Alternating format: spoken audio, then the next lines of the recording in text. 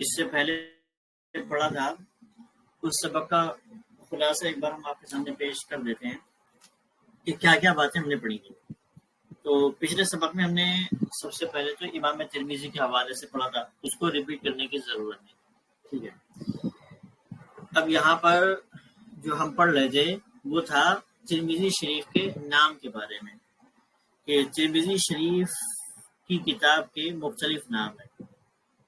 ایک تو اس کو جامع ترمذی بھی کہا جاتا ہے، اور ایک سنن ترمذی بھی کہا جاتا ہے، اور ایک اس کو الجامع الصحیح ترمذی بھی کہا جاتا ہے، یعنی صحیح ترمذی بھی کہا جاتا ہے۔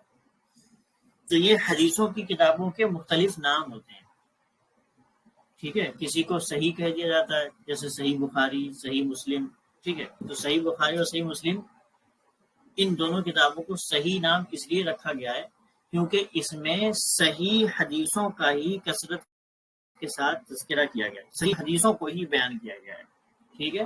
تو اس کتاب کو صحیح کہہ دیا جاتا ہے۔ اور جامع کون سی حدیث کی کتاب ہوتی ہے؟ تو ہم نے آپ کو گروپ میں بھی جو ہے بھیج دیا تھا کہ جامع حدیث کی وہ کتاب ہوتی ہے جس میں خاص طور سے 8 ٹاپکس کور کیے جاتے ہیں، جس میں مضامین ثمانیہ 8 موضوعات پر احادیث کا تذکرہ کیا جاتا ہے، 8 موضوعات پر احادیث کو بیان کیا جاتا ہے۔ تو ایسی حدیث کی کتاب کو کیا کہا جاتا ہے؟ جامع کہا جاتا ہے، ٹھیک ہے۔ اور ایسے ہی حدیث کی کتاب کیا ہوتی ہے؟ سنن۔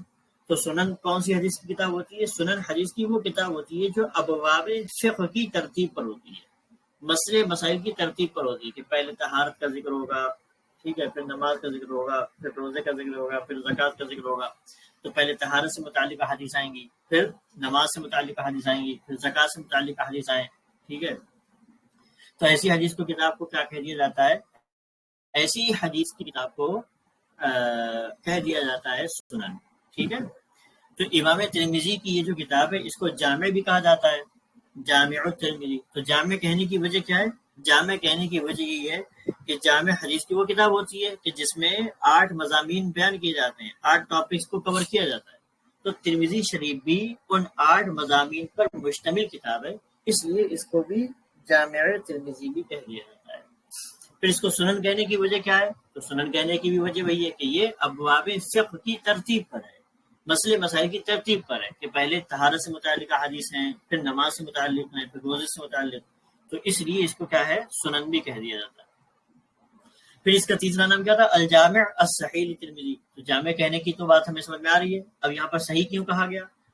تو اس کی وجہ محدثین نے یہ بیان کی ہے کہ ترمذی شریف میں صرف صحیح احادیث نہیں ہے، بلکہ اس میں حسن لذاتی ہی بھی احادیث ہیں، حسن لغیری بھی احادیث ہیں۔ تو یہ حدیث کی قسمیں ہوتی ہیں، حدیث صحیح، حدیث حسن، حدیث ضعیف۔ تو یہ سب کیا ہے؟ حدیث کی قسمیں ہوتی ہیں، صحیح لذاتی ہی، صحیح لغیری، حسن لذاتی، حسن لغیری، حدیث ضعیف۔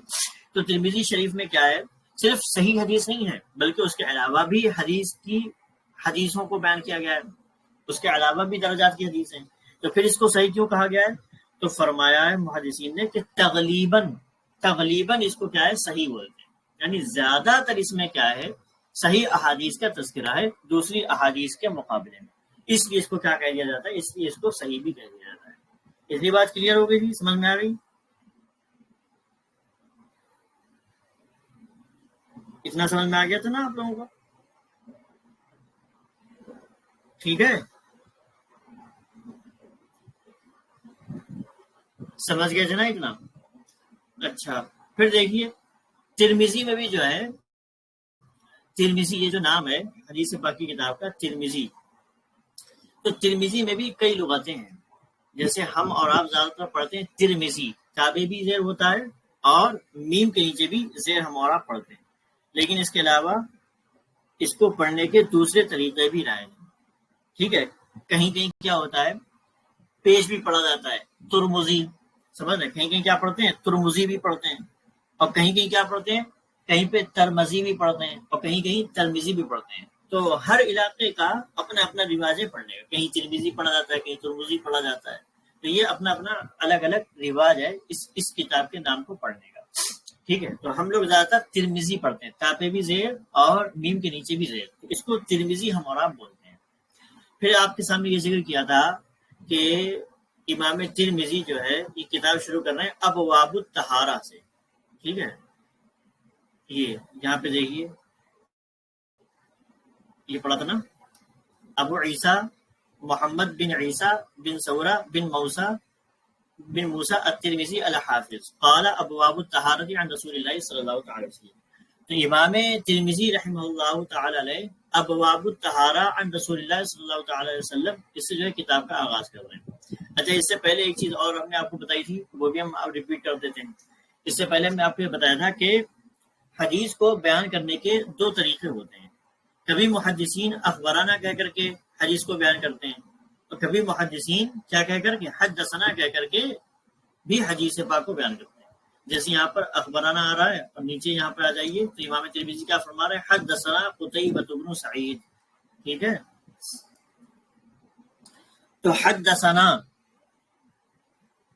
یہاں پہ کیا ہے، حدثنا اور اخبرانہ میں فرق ہوتا ہے. کیا فرق ہوتا ہے کہ کبھی ایسا ہوتا ہے کہ شاگرد حدیث پڑھتا ہے استاذ کی بارگاہ میں، اور استاذ حدیث کو سماع کرتے ہیں، سنتے ہیں، اور پھر اس حدیث کی تائید فرماتے ہیں کہ ہاں یہ حدیث ٹھیک ہے. تو اس طریقے کو کیا بولا جاتا ہے، قراءت علی الشیخ بولا جاتا ہے، کہ استاذ کی بارگاہ میں حدیث پاک کو پڑھا جائے، حدیث پاک کی تلاوت کی جائے. تو اس کو اخبرانہ سے محدثین تعبیر کرتے ہیں. یعنی جب کوئی شاگرد استاذ کی بارگاہ میں حدیث پاک کی قراءت کرتا ہے، حدیث پاک کو پڑھتا ہے، اور استاذ محترم اس حدیث کو سن کر کے اس کی تائید فرماتے ہیں، اس کی تصحیح فرماتے ہیں، تو اس طریقے سے حدیث کی روایت کو کیسے تعبیر کرتے ہیں، اخبرانہ سے تعبیر کرتے ہیں. ٹھیک ہے، اور پھر دوسرا لفظ ہوتا ہے حدثنا. تو حدثنا یہ کیا بولا جاتا ہے، یہ کب بولا جاتا ہے، یہ اس وقت بولا جاتا ہے جب شاگرد نہیں بلکہ خود استاذ حدیث پاک پڑھ کر کے سنائے. تو جب کوئی استاد حدیث پاک کو پڑھ کر کے سنائے تو اس وقت کیا ہوتا ہے، حدیث پاک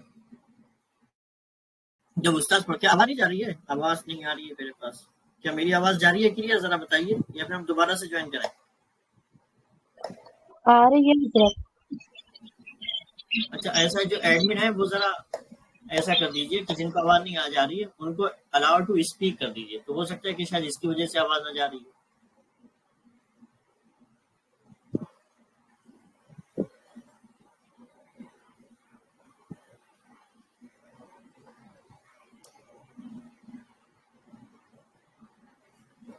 جی چلیے دیکھیے، تو ایک طریقہ کیا ہوتا ہے کہ شاگرد استاذ کی بارگاہ میں قراءت کرتا ہے، تو اس کو بولتے ہیں قراءت علی الشیخ. ٹھیک ہے، اور کبھی کیا ہوتا ہے کہ استاذ محترم خود قراءت کرتے ہیں، حدیث پاک کو خود پڑھ کر کے سناتے ہیں، تو اس کو بولتے ہیں قراءت الشیخ، شیخ کا پڑھنا. تو جب شاگرد استاذ کی بارگاہ میں قراءت کرتا ہے حدیث کو تو اس کو ہم کیا بولتے ہیں، قراءت علی الشیخ بولتے ہیں. اور اس کی تعبیر جو کی جاتی ہے، اس کو جو بولا جاتا ہے وہ کیسے بولا جاتا ہے، وہ بولا جاتا ہے اخبرانہ سے. کہ جہاں پہ اخبرانہ آئے تو آپ سمجھ جائیے کہ یہاں پہ مطلب یہ ہے کہ کسی کے تلامذہ نے کیا ہے، استاذ کی بارگاہ میں حدیث پاک کو پڑھا ہے. ٹھیک ہے، اور جہاں حدثنا آئے تو وہاں پہ آپ سمجھ جائیں گے کہ یہاں پر کیا ہے، استاد جو ہے یہ خود ہی کیا ہے، حدیث پاک کو پڑھ کر کے بیان کریں. پھر اخبرانہ کے بارے میں ہم نے آپ کو بتایا تھا کہ اخبرانہ کو شارٹ میں انا کے ساتھ کیا ہے، لکھ دیا جاتا ہے. سمجھ رہے ہیں، اخبرانہ کو شارٹ میں انا سے لکھ دیا جاتا ہے. جیسے امام ابو عیسیٰ جو ہے، اس سے پہلے امام ابو عیسیٰ